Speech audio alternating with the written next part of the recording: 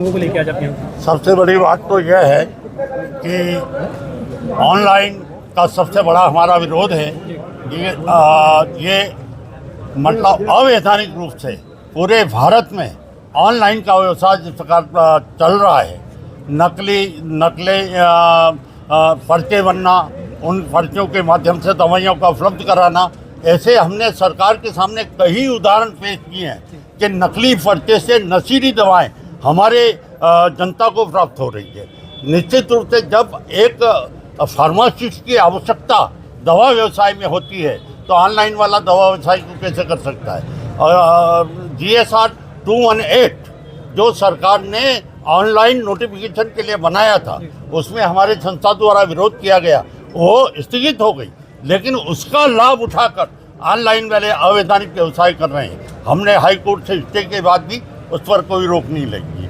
GSR 220 corona के time पे आया था, जिसमें ये सुविधा दी गई केमिस्टों को कि वह अपनी दवाइयाँ पेशेंट के घर तक सप्लाई कर सके। क्योंकि कोरोना जैसा व्यवसाय समाप्त हो गया है, इसलिए उसको समाप्त होना चाहिए।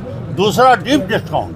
ये मल्टीनेशनल कंपनियां, बड़ी बड़ी कंपनियां 60-50-60% जिस प्रकार का डिस्काउंट दे रही है, उससे हमारे छोटे व्यवसायी जरा खतरे में है। हमारा ऐसा कहना है कि DPCO समाप्त करे, सरकार DPCO समाप्त करे तो हम उससे मुकाबला कर पाएंगे। जब DPCO का कंट्रोल है, हमारे रिटेल केमिस्टों का मार्जिन 20% है, तो वह मल्टीनेशनल और इस प्रकार की ऑनलाइन कंपनियां इतना बड़ा डिस्काउंट क्यों दे रही है। उसमें स्पष्ट लगता है कि कहीं नकली और डुप्लीकेट दवाइयों का व्यवसाय के माध्यम से वो जनता के साथ धोखा कर रही है। इसलिए इस प्रकार के डिस्काउंट भी सब समाप्त होना चाहिए, ये हमारी सरकार से मांग है।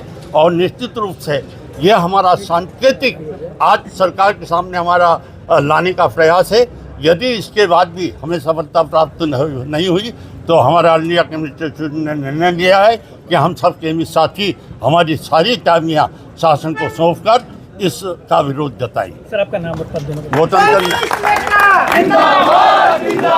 केमिस्ट एकता जिंदाबाद, जिंदाबाद। केमिस्ट एकता जिंदाबाद, जिंदाबाद। मैं गौतम चंद हिंद, अध्यक्ष मध्य प्रदेश केमिस्ट एसोसिएशन।